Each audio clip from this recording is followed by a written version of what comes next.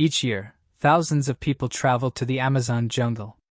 Despite the fact that we may picture lush trees when we think about the Amazon before visiting this place, individuals should consider a number of other factors. It was advised that you hire a guide because they can advise you on which places to visit and which ones to avoid. After visiting the Amazon rainforest, an English instructor posted terrifying words on her Facebook page. She was on the verge of disappearing. The truth regarding her disappearance would only be revealed to the authorities in the days that followed. When Emma Kelty vanished in the Amazon rainforest, she was 43 years old. She posted the following messages on her Facebook page just before she vanished. "I shall therefore be killed along with having my boat taken in or close to Cowher."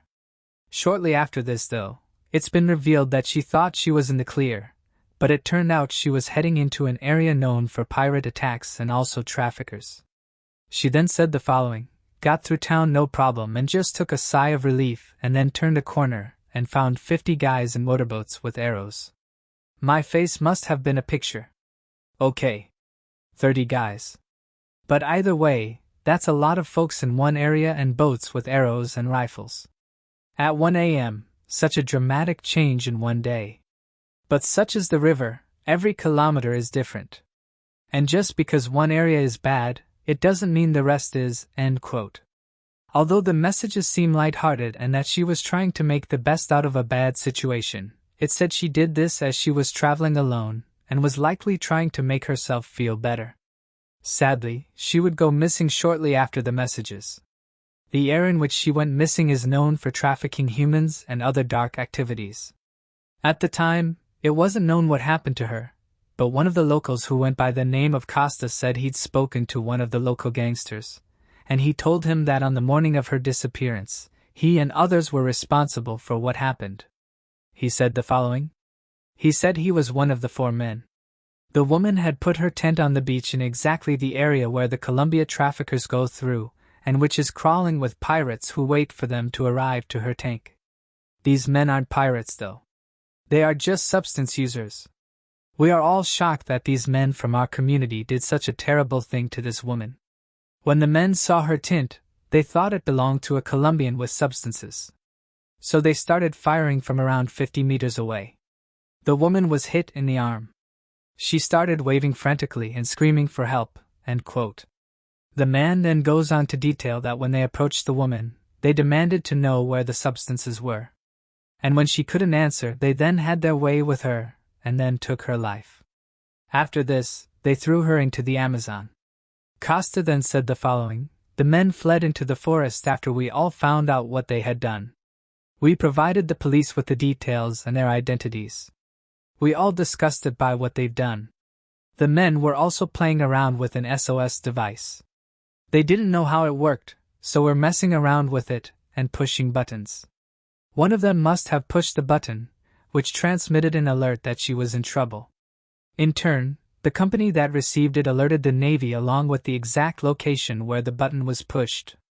Without that, it would have been very difficult to know where in this vast area of jungle that she'd gone missing.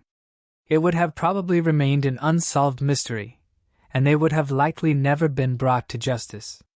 The place where she disappeared is a very complicated area. It's difficult to access, and there's no telephones or mobile signals. The criminals thought they could take her life in impunity, but then they stupidly pressed the only button which could have turned them into the police. It's an incredibly sad end. Emma still had years of her life left, and was someone who clearly loved giving back. Unfortunately, these stories are all too common throughout these areas. There's also a strong belief in spirits in the afterlife in these regions. So if locals feel like you're associated with the wrong belief, they may take your life. One story that the locals in Brazil believe in is that of a Brazilian spirit that is described as having long stringy black hair and bright glowing red eyes that have been described as looking like that of a fire. Reports from locals vary depending on who you talk to. Some claim that it can only be encountered in the deeper jungles as it drops from the trees and attempts to latch onto those who pass underneath, whereas others claim the entity will run at you and latch onto you.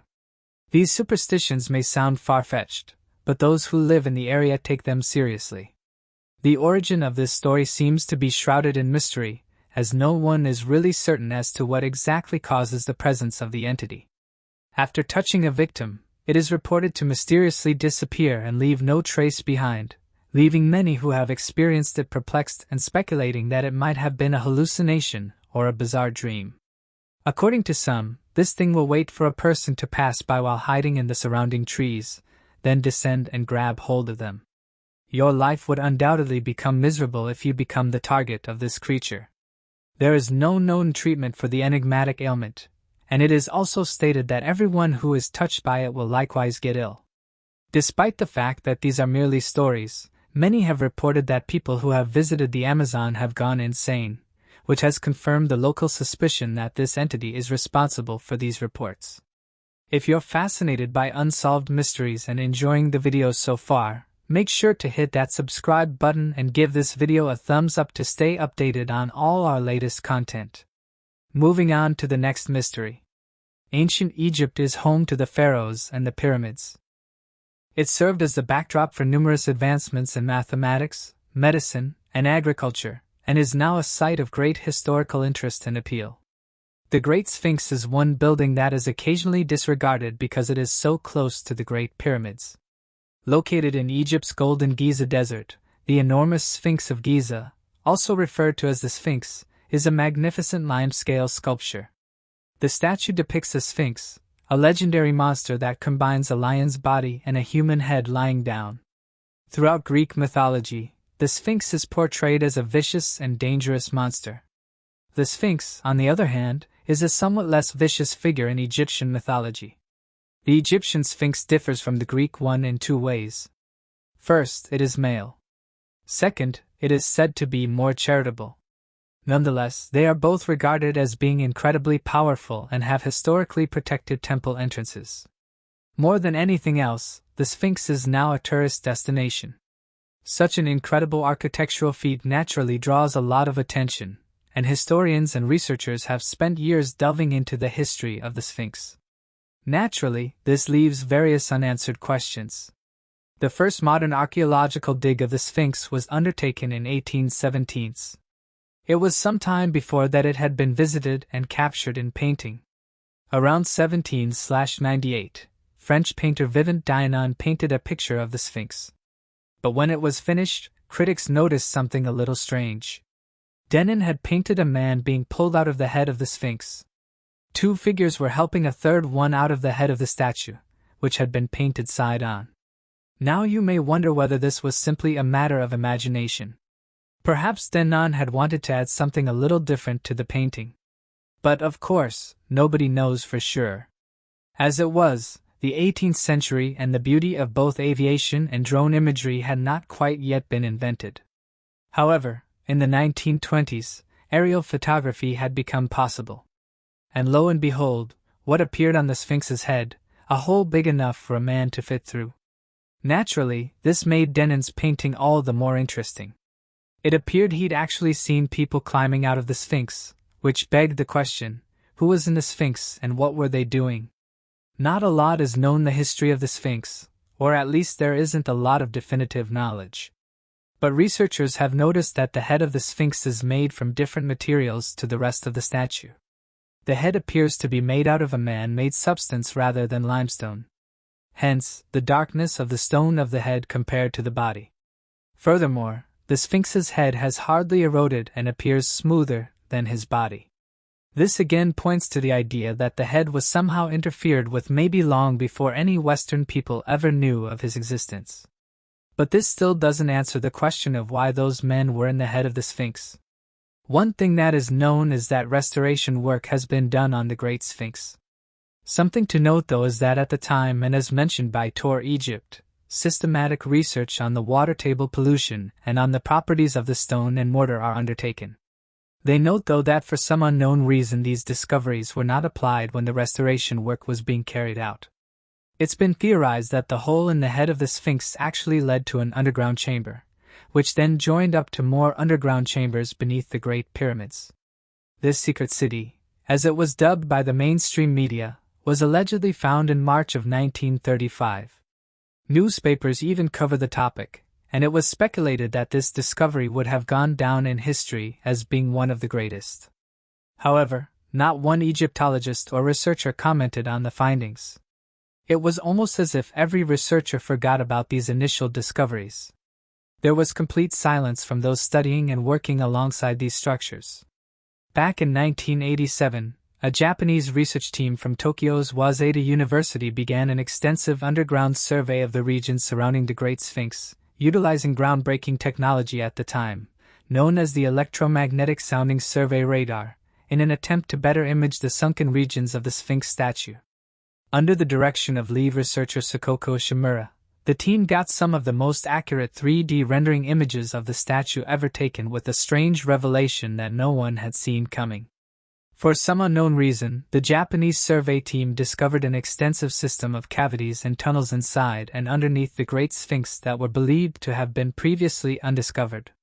According to the team, south of the Sphinx was a hollow tunnel believed to have been 2.5 meters wide and 3 meters tall, connecting two chambers, a small and a large chamber that appears to connect to additional tunnels that stretch north, south, and southeast of the Sphinx's direction.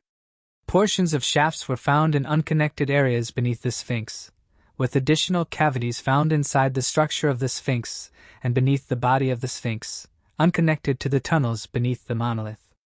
None of these findings have been pursued after the survey, with many denying the existence of the tunnels and shafts despite the mountains of clear imaging evidence gathered underneath the direction of lead researchers.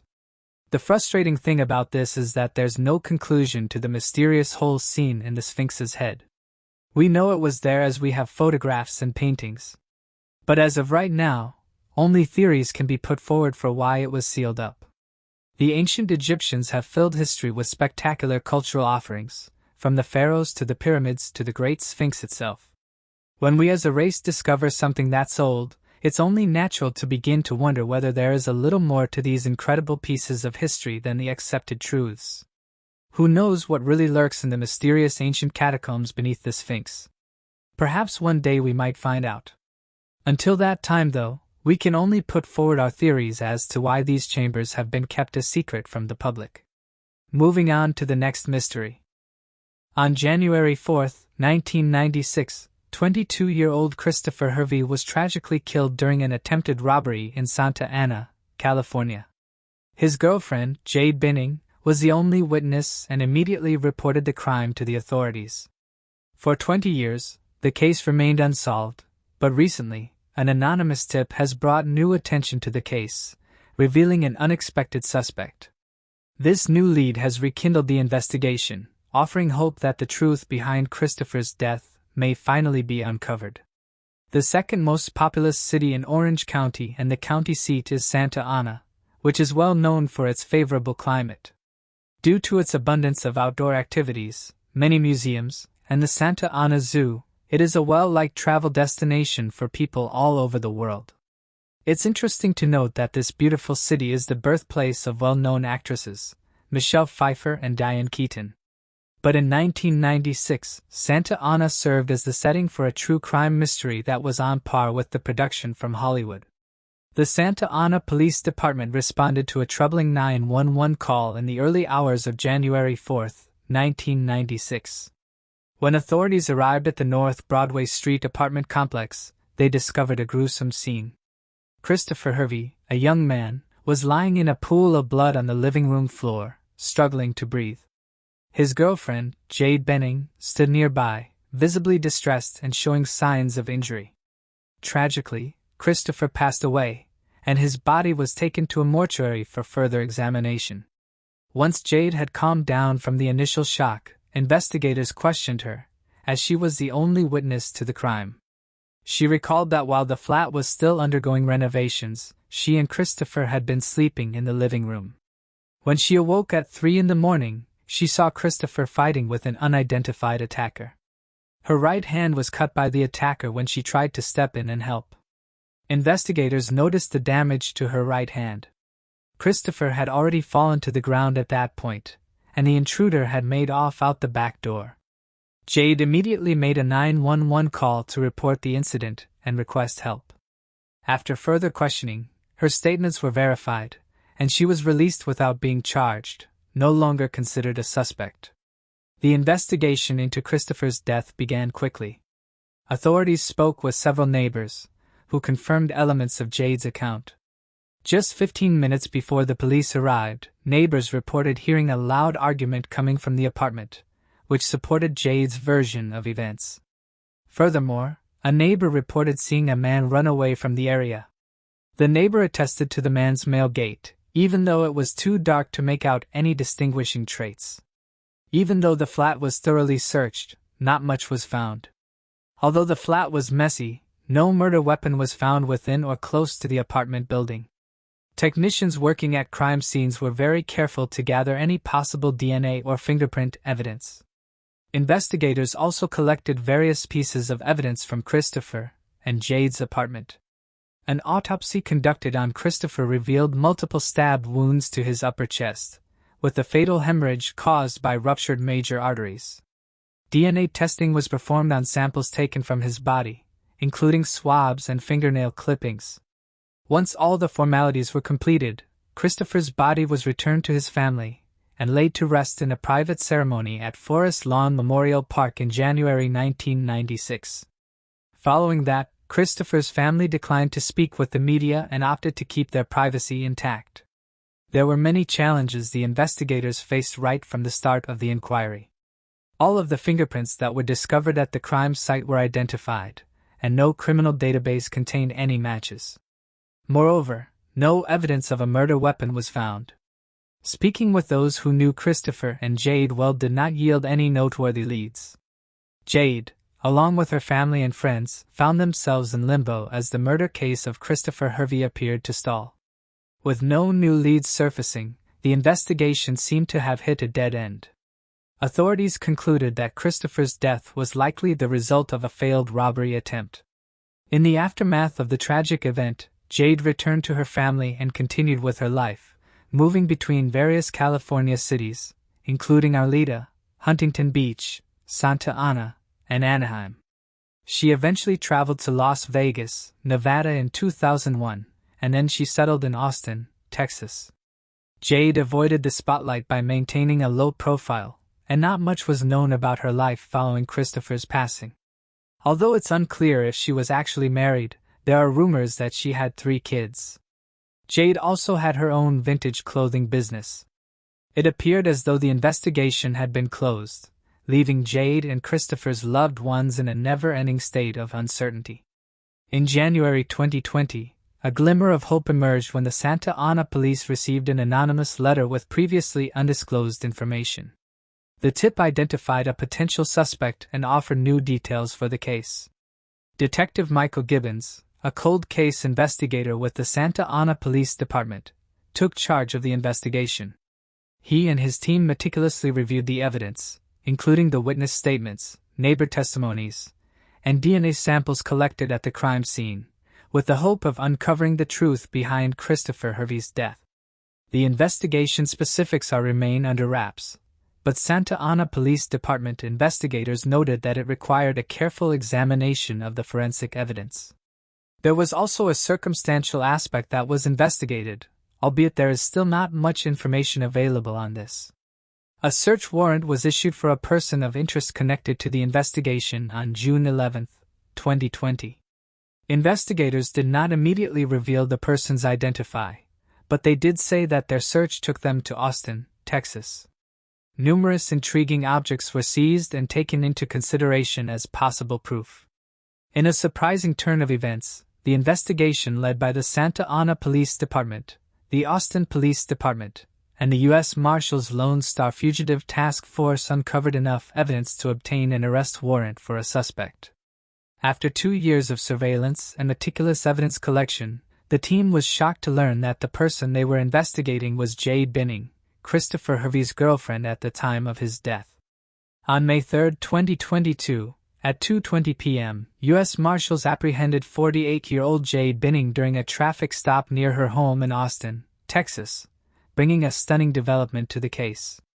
That afternoon, Jade had been on her way back home from picking up her youngest boy from school.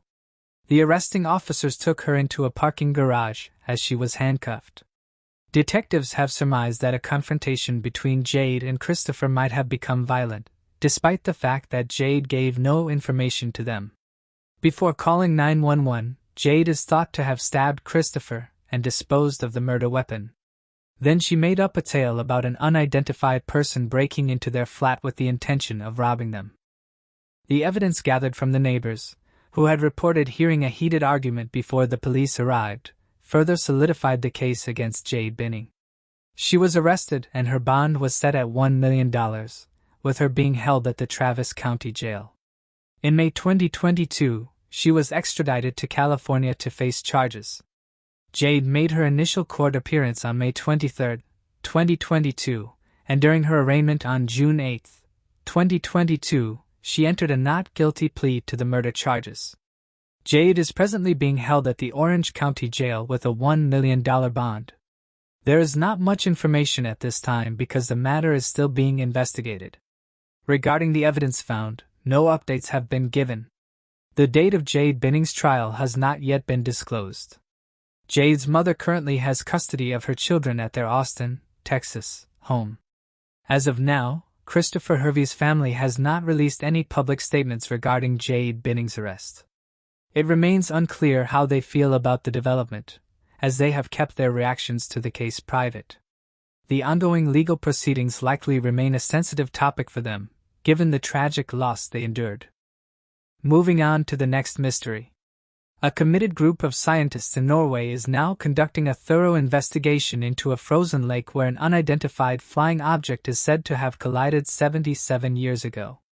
Captured in a comprehensive video, this fascinating research seeks to clarify the mysterious occurrences that took place in the town of Uros in 1947. In order to learn the truth about this fabled sighting, the region must be carefully inspected and analyzed. Eyewitnesses who have been told the account of what transpired must also be interviewed. At that time, the mayor of the hamlet claimed to have seen an enigmatic object descend and strike Lake Depuywen. The mayor compared it to a rocket, and said it made a lot of noise, according to photographer Rarastad. Rarastad further recollected that this unidentified craft abruptly changed its course and smoothly landed in the lake. This intriguing incident was documented by Coast to Coast AM. It is worth noting that witnesses like Rarastad played a crucial role in providing detailed and first-hand accounts of the event. The mayor's vivid description and Rarastad's recollection shed light on the surreal nature of what happened. The search for the elusive craft has been futile up to this point, but a breakthrough has occurred with the utilization of advanced sonar search technology, leading to a fascinating revelation. Despite prior unsuccessful efforts to locate the presumed vessel, recent advancements in sonar scanning have unveiled an intriguing development. Rarastad is leading the search efforts and has disclosed that advanced technology has identified an anomaly measuring 46 feet in length and 10 feet in width. The sonar imaging displayed in the video appears to hold potential for individuals seeking discoveries. Yet despite extensive exploration by the deep dive team in the lake, no findings have been made as of yet. This discovery, under the guidance of Rarastad, has sparked intrigue and anticipation among enthusiasts eager to unravel the mystery hidden beneath the water's surface. The detailed analysis and persistent search efforts to uncover the enigmatic anomaly reflect the team's unwavering commitment to discovering the truth behind what happened. In spite of the ongoing unresolved status of the situation, Arnulf Loken, a prominent Norwegian UFO researcher, expressed his enthusiasm regarding the search, characterizing it as exciting. According to Loken, this investigation represents a significant milestone in Norway's UFO exploration endeavors, being deemed as one of the most extensive operations in the history of the country dedicated to studying unidentified flying objects. Interestingly enough, this encounter reminded many of the Falcon Lake incident, and arguably a profoundly captivating and potentially one of the most reliable UFO sightings, not just in the year 1967, but conceivably throughout history took place in the scenic landscapes of Canada. This extraordinary event was not only remarkable for its time, but has also left a lasting imprint on the annals of UFO encounters. The incident that took place on the May 20, 1967, commonly known as the Michalak encounter, continues to be a topic of interest and investigation in present times. On that particular day, Stefan Michalak, a 51-year-old mechanic, was exploring the rugged and dense woodlands bordering Falcon Lake in pursuit of rare, valuable, or intriguing minerals. This expedition took place within the confines of Whitesell Provincial Park in the Manitoba region of Canada, a significant distance of approximately 80 miles from his residence in Winnipeg. While engrossed in examining what he believed to be a piece of quartz crystal, a sudden uproar from the surrounding wildlife captured his attention. Gazing skyward, Stefan observed two luminous red oval-shaped entities through the canopy of trees swiftly advancing towards him. Upon closer inspection, he noticed the unusual speed at which these objects were approaching, escalating the intrigue of the encounter. The unexpected convergence of wildlife commotion and the emergence of the enigmatic glowing shapes infused a sense of curiosity and mild apprehension within Stefan, prompting a mixed rush of emotions. The surreal nature of the sighting and the swift movement of the objects left him momentarily stunned, his mind contemplating the possible origins and intentions of these mysterious visitors. As he gazed ahead, observing the scene unfold before him, one of the objects descended gracefully, finally settling on a cluster of rugged rocks situated roughly 160 feet away from his vantage point. Simultaneously, the second object remained suspended above him at a distance of about 15 feet, seemingly in perfect equilibrium. Suddenly, without warning, it swiftly ascended into the sky, propelled by an unseen force, disappearing into the vast expanse above. In a secluded spot on the rocks, the mysterious object maintained its position, mirroring the stillness of Michalak, who was observant of the unfolding events. A sensation of intense warmth enveloped the air, creating an unusual ambience around him. The object underwent a remarkable transformation, a spectacle that captivated Michalak's attention as it cycled through a series of color changes, initially crimson, then transitioning to a somber gray before finally settling into a radiant hue resembling hot stainless steel embellished with a golden aura. In his later account, Michalak described the door of the craft as having a unique combination of being square yet with rounded edges, further detailing how a vibrant purple light emanated from within the mysterious object. Additionally, he vividly recounted experiencing waves of warm air enveloping him and the unmistakable scent of sulfur lingering in the air. The mention of the sulfur smell holds particular significance as it is a common element noticed in various encounters of close extraterrestrial contact. This observation not only adds to the authenticity of his experience, but also aligns with recurring themes and similar reports of such encounters. As he approached the mysterious craft, a distinct buzzing noise reminiscent of a rapid-running miniature electric motor resonated in his ears. The closer he moved, the clearer the voices became, and he gradually discerned that they were indeed human, albeit with extremely high pitches. The atmosphere around the craft seemed to with an otherworldly energy, intensifying his curiosity. As he inched closer, the voices grew in clarity, eventually revealing their human quality, albeit significantly high-pitched.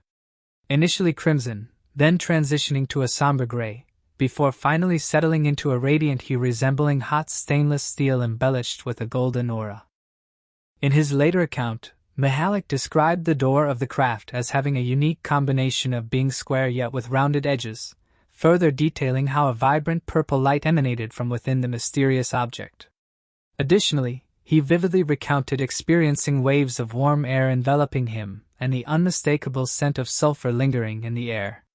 The mention of the sulfur smell holds particular significance as it is a common element noticed in various encounters of close extraterrestrial contact. This observation not only adds to the authenticity of his experience, but also aligns with recurring themes and similar reports of such encounters. As he approached the mysterious craft, a distinct buzzing noise reminiscent of a rapid-running miniature electric motor resonated in his ears.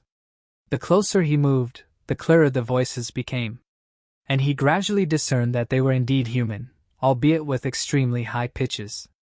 The atmosphere around the craft seemed to with an otherworldly energy, intensifying his curiosity. As he inched closer, the voices grew in clarity, eventually revealing their human quality, albeit significantly high-pitched.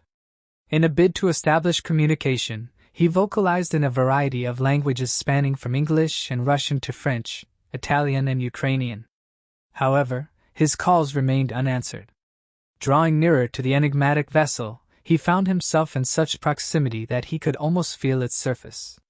Equipping himself with the protective eyewear typically utilized for chiseling rocks, he resolved to peer inside the craft. With a deep breath, he cautiously extended his head through the entrance, intrigued by what lay beyond. The mysterious allure of the alien structure beckoned him, stirring a mix of apprehension and curiosity within him. In the midst of his surroundings, a complex network of vibrant lights awaited him, some flickering incessantly. Among them were straight beams traversing both horizontal and diagonal paths. As he observed, the lights seemed to lack any discernible arrangement or order, operating in what he perceived as a haphazard manner. Shifting his focus downward, he scrutinized the floor, detecting a seamless surface without any visible seams or connections to the overhead walls. This peculiar lack of distinct boundaries is a recurring detail often noted in numerous encounters involving unidentified flying objects. The spacecraft's tilting movement resulted in one of its machines coming into contact with the man's chest, causing him to experience an immediate and intense searing pain across his torso. What alarmed him even more was the fact that his glove had partially melted from his hand and his shirt had caught fire. In response, he quickly moved away from the craft, shedding the burning shirt in the process. At that moment, he also observed that the craft had lifted slightly off the ground. Suddenly, a rush of hot air enveloped him, and just as swiftly as it had appeared, the object ascended rapidly into the sky. This series of events left him with a mixture of physical discomfort and awe at the disappearing craft. Upon reflection, Macleek paused to compose himself, his mind clouded with bewilderment and searing agony as he gradually made his way towards his parked vehicle situated along the highway. His destination was Misericordia Hospital, where he sought treatment for the severe burns that plagued his chest. After seeking medical assistance, he proceeded to inform the Royal Canadian Mounted Police about the incident, although their response was limited to compiling a basic report offering minimal assistance in addressing the situation. Upon the emergence of the incident in the local media and radio broadcasts, a plethora of UFO investigators were swiftly drawn to the scene, driven by a keen interest to engage with Michalak and delve deeper into the mysterious occurrence. Notably, Michalak bore a peculiar checkered burn mark on his chest, suspected to have been sustained during his contact with the machinery inside the unidentified object. In the aftermath, he grappled with severe illness for an extended period marked by persistent bouts of intense nausea and the struggle to retain any form of sustenance. Furthermore, several weeks later, Michalak began to manifest distressing symptoms, including painful blisters on his torso and an unusual rash that traced a distinct V-shaped pattern from his ears down to his chest. The lingering effects of the encounter continued to afflict Michalak long after the initial incident, portraying a complex and enduring narrative of his ordeal. Throughout the next several weeks, despite experiencing a return to normal health overall, the individual continued to face intermittent health setbacks. A notable incident occurred in September of 1967 when he once again sought medical attention due to the emergence of peculiar, sizable spots on his torso. Additionally, he reported experiencing a pronounced sensation of heat and discomfort around his neck and chest region. These symptoms were accompanied by sporadic instances of lightheadedness and significant swelling in the joints of his hands. This ongoing struggle with health issues highlighted the complexity and unpredictability of his condition during this period. Despite temporary periods of improvement, the individual faced persistent challenges and fluctuations in his well-being, underscoring the need for continued monitoring and care. Following a period of initial disinterest in his account, Michalak's claims gained traction due to mounting pressure from UFO researchers and public intrigue, prompting the RCMP and the Canadian Air Force to undertake a more thorough investigation. As the inquiry progressed, Michalak, accompanied by investigators and an electrical engineer, successfully pinpointed the exact location of the incident. To the astonishment of all involved, a distinct and unmistakable outline of the ship was discovered imprinted on the ground, becoming a pivotal piece of tangible evidence in the case's unfolding narrative. This unexpected turn of events not only heightened the seriousness of the investigation but also fueled further curiosity and speculation among both the authorities and the wider community following the case. In addition to retrieving the charged shirt torn from his back by Michalak upon being propelled from the spacecraft, efforts were made to collect any remaining fragments. Observers also noted a concerning phenomenon in the area surrounding the craft's touchdown site. The trees and vegetation appeared to be desiccated and lifeless, indicating a significant impact on the immediate environment. This occurrence raised questions about the potential environmental repercussions of the craft's presence, hinting at the possibility of a more profound ecological disturbance than initially perceived. The occurrence at Falcon Lake ultimately lingers as an enigma, perpetuating intrigue and speculation within UFO research circles. Even if there are no conclusive answers, many subject matter specialists regard Stefan Michalak as a very reliable observer and believe his story to be authentic and sincere. Sadly, Michalak died in October 1999, exactly 32 years after the enigmatic encounter when he was 83 years old. Moving on to the next mystery. Jesus is undoubtedly one of the most well-known people in history. Jesus is regarded by many as one of the most intriguing and enigmatic individuals to have ever visited our planet. However, a number of people have described meeting him and have stated that he has been up for them when they needed him. However, he wasn't expected by everyone he met. While trekking up Hancock Hill, Miss Galvez came across an oddity while descending. She said the following: "We hiked Hancock Hill today, and on our way down, I turned around and saw what looked like a white figure on the next hill. Anyone know what I'm looking at?" End quote.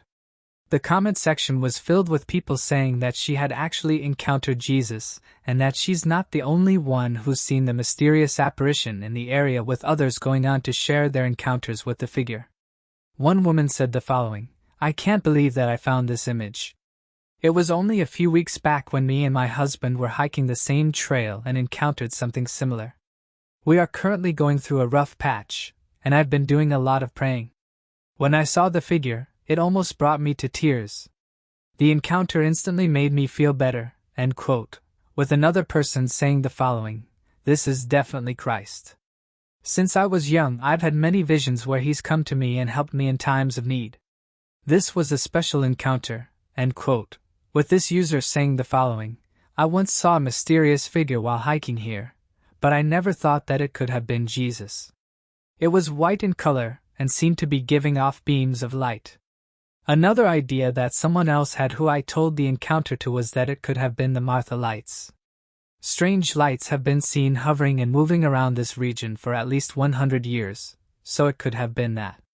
With that being said though, I don't think anyone has reported that they've been in the shape of a human.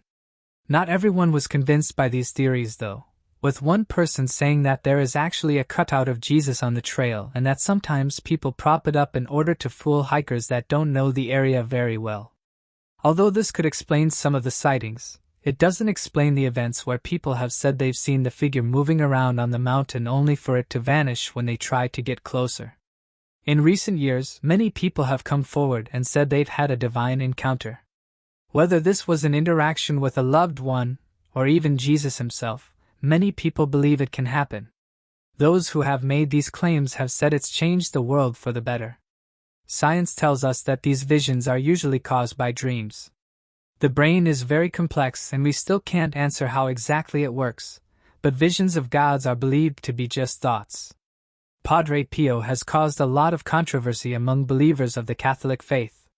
He's come forward in recent years and said that Christ has made contact with him. And not only that, but said that bad things are going to happen. He claimed that he spoke directly to Jesus, who told them that the end of the world was nigh and that it would be brought about by natural disasters and spurred by God's desperation at humanity's destruction of the planet. Padre Pio claimed that Jesus told him that humanity has abandoned the right path and taken those which could only reach a destination of violence and catastrophe. He said the following: "When the world was entrusted to man, it was a garden. Man has turned it into an atmosphere full of poisons. Nothing now serves to purify the house of a man. A deep work is necessary, which can only come from heaven. Many who have read into this have said it seems to be taking a dig at how the modern world has panned out, suggesting that humans have damaged our planet, and that things need to be done to correct this. Jesus allegedly told him that he is no longer able to extend divine advice to the people of the world, and instead they must face whatever comes next. The priest claimed that Jesus said the following: "Prepare to live 3 days in total darkness. These 3 days are very close. And in these 3 days they will remain dead without eating or drinking. Then the light will return, but many will be the men who will not see it anymore. Many people will escape scared. It will run without a goal. They will say that there is salvation to the east, and people will run to the east, but it will fall on a cliff. They will say that to the west, there is salvation, and people will run to the west, but they will fall into a furnace. The earth will tremble and the panic will be great. The earth is sick. The earthquake will be like a snake.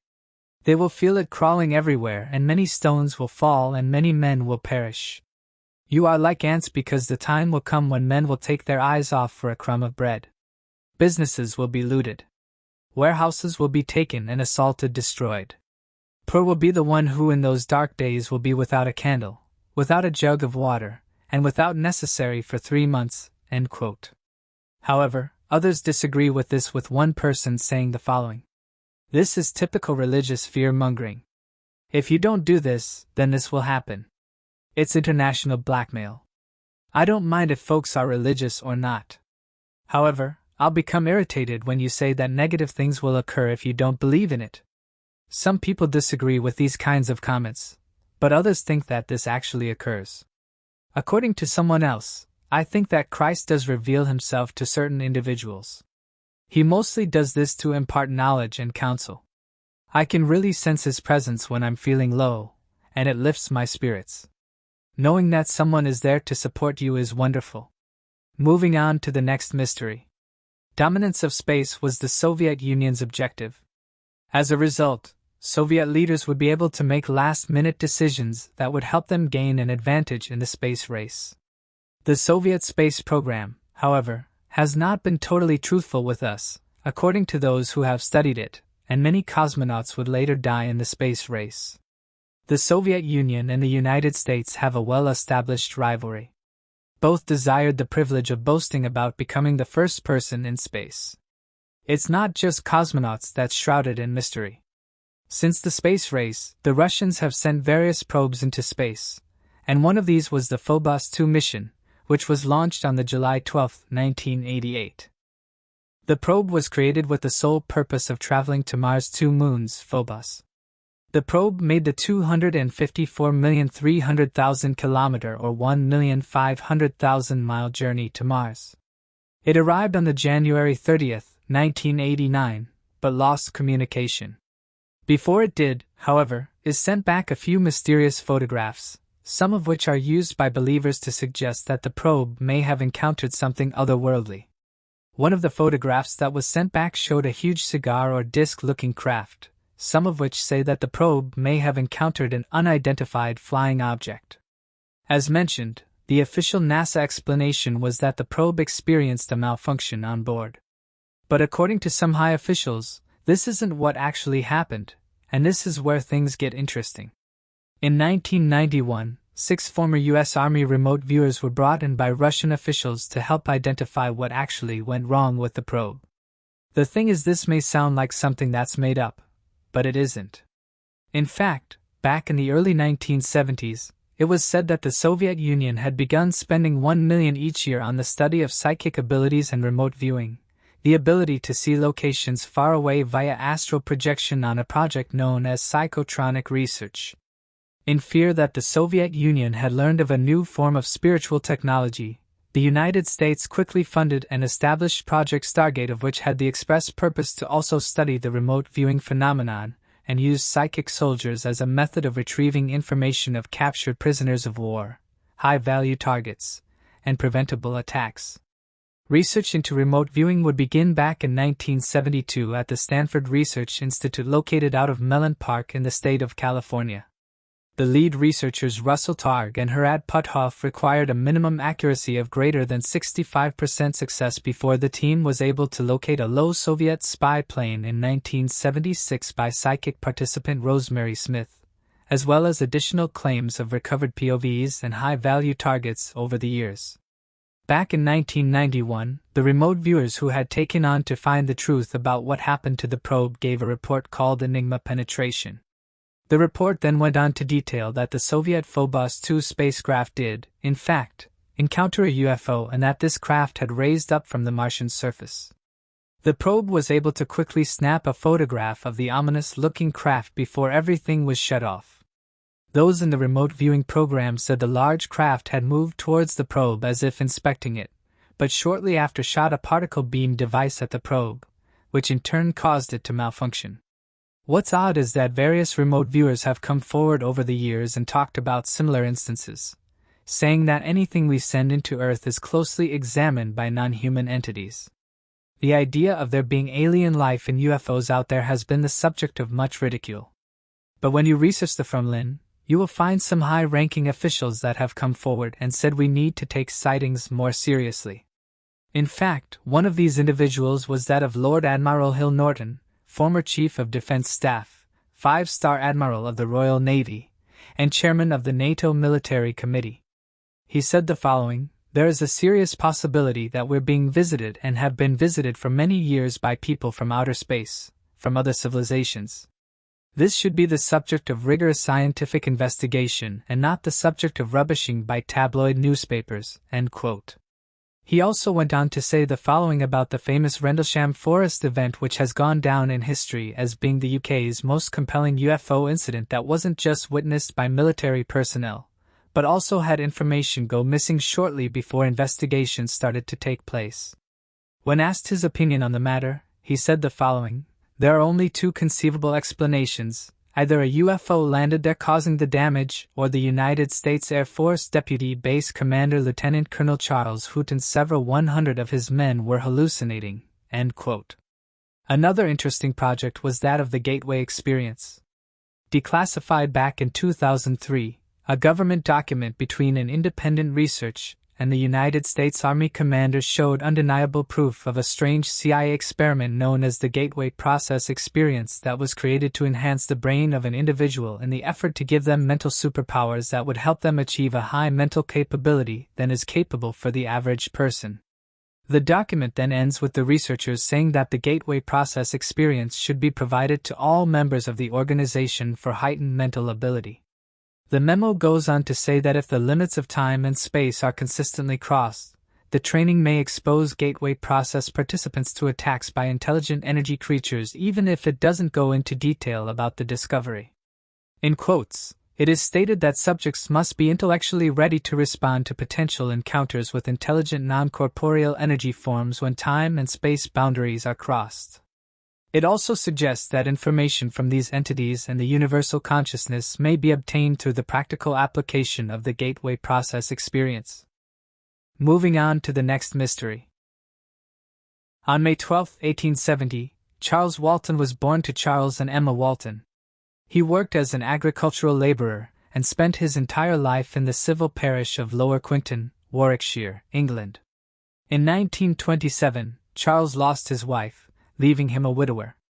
By 1945, he was living with his 33-year-old niece, Edith Isabel Walton, whom he had taken in after the death of her mother in 1915 when Edith was just 3 years old.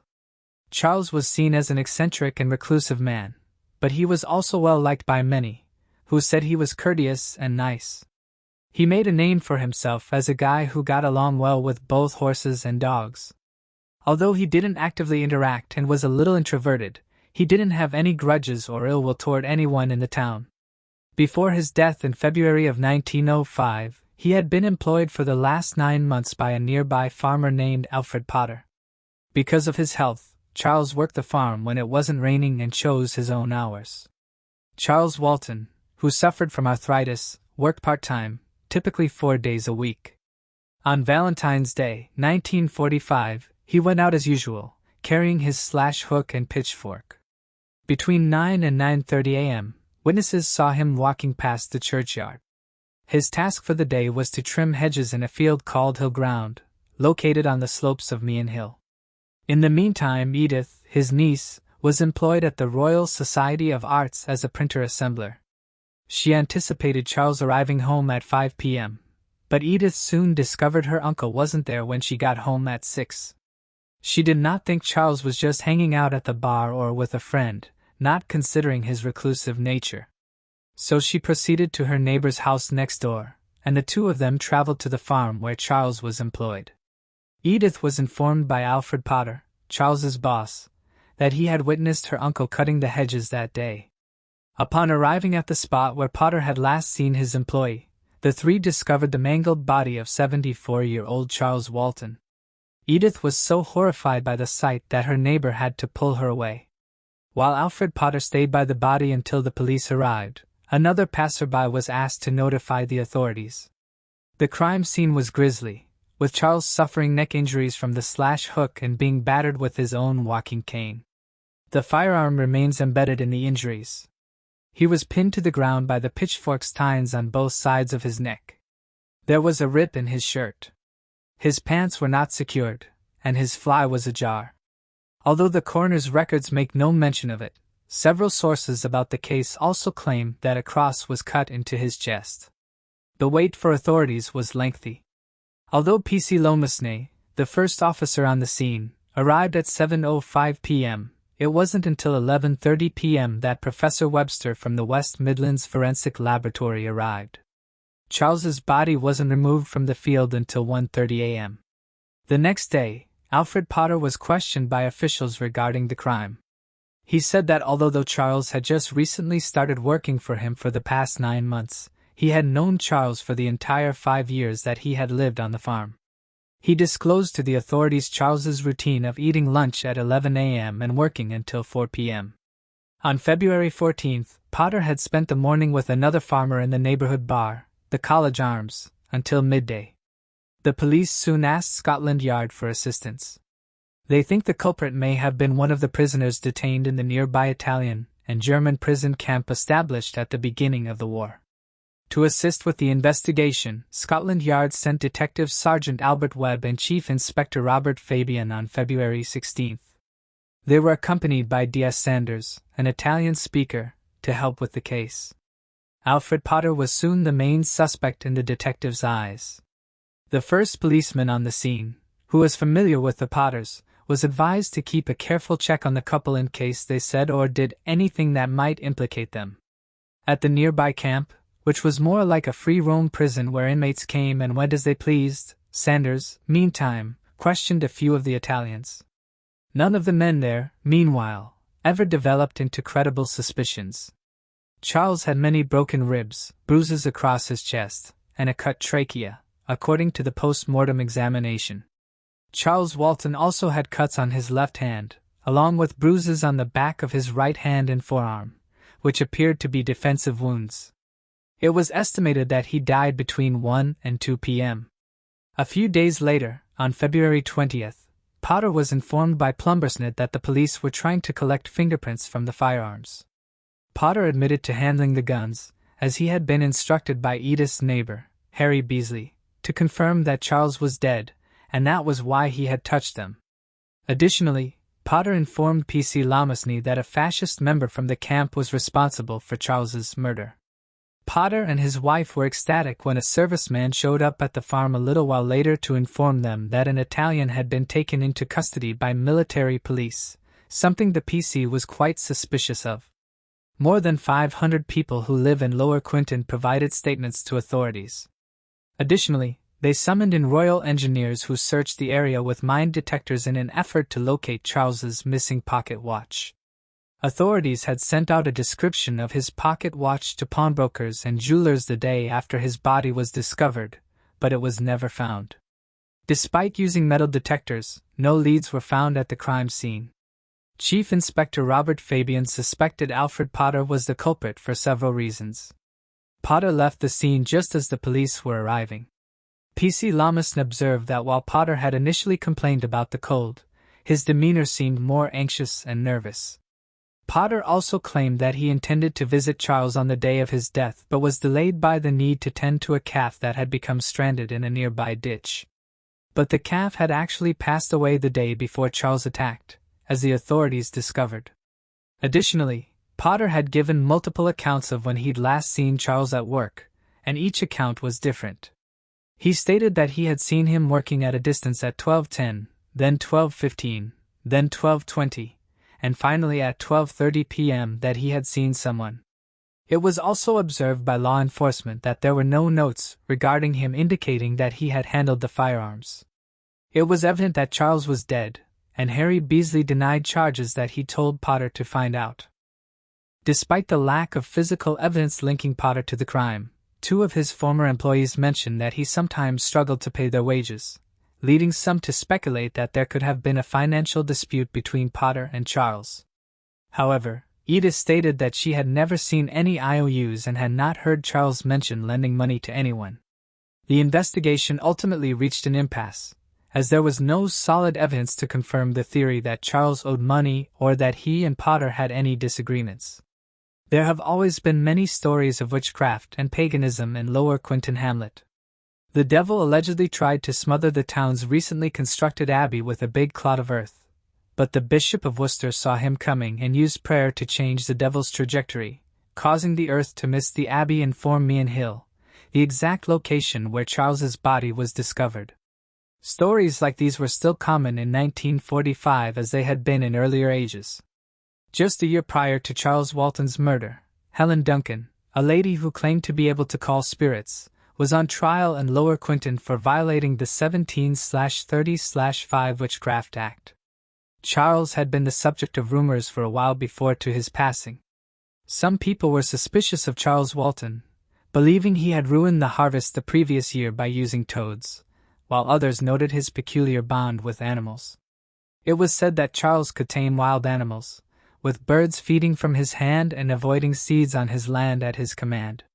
He was also known to have a strong affection for dogs and horses. A 1929 book, Folklore, Old Customs and Traditions in Shakespeare Land, described Charles as having witnessed a phantom black dog while walking home on multiple occasions in 1885. The last time he saw it, the dog was accompanied by a headless woman. When he got home, he discovered that his sister was dead. For a very long time, black dogs have been associated with death and Satan in British legend. It is noted, meanwhile, that no documentation exists indicating Charles had a sister who passed away in 1885. When Chief Inspector Robert Fabian wrote his autobiography in the 1970s, he called the Charles Walton case the witchcraft murder and stated that it was unmistakably the spectral culmination of a paganism ritual. He added that one evening on Meehan Hill, he had an encounter with a black dog. Unconfirmed reports suggest that a black dog was found near Charles Walton's body. There is also a rumor linking his death to an earlier incident in 1875, when an 80-year-old woman named and tenant from Long Compton, located 15 miles from Lower Quinton, was murdered. Though this has been refuted, some claimed she was killed in a similar manner to Charles, involving a pitchfork. However, the 2 cases differ significantly, as Anne's murder was committed in front of multiple witnesses by James Hayward, who claimed she was a witch. In 2014, when a BBC reporter asked Lower Quinton residents about Charles's case, they allegedly received a reaction from the community, hinting at lingering local mystery or unease surrounding the incident. The villagers' stiff lips were apparent to them. The owner of the College Arms, the bar where Potter had been drinking on February 14, 1945, said to the reporter that discussing it would just agitate people and that it would be counterproductive to cause division in such a tiny community. He also mentioned that there is always someone who knows something in situations like this. Someone knows what goes on, but nobody will talk about it to protect the feelings of family members and to avoid worrying others. Charles's missing pocket watch was found in his outhouse in 1960. The outhouse was thoroughly searched in the weeks following Charles Walton's death, and authorities speculated that the murderer may have returned there for an unknown reason. Despite extensive investigations, the horrific murder of Charles Walton remains unsolved to this day. Thanks for watching. I hope you enjoyed exploring these intriguing unsolved mysteries with me. If you found the video fascinating, don't forget to give it a thumbs up and subscribe to Unsolved Mystique for more deep dives into unsolved mysteries. Your support helps me bring you more compelling content. Leave a comment below with your thoughts or any mysteries you'd like me to cover next. See you in the next video.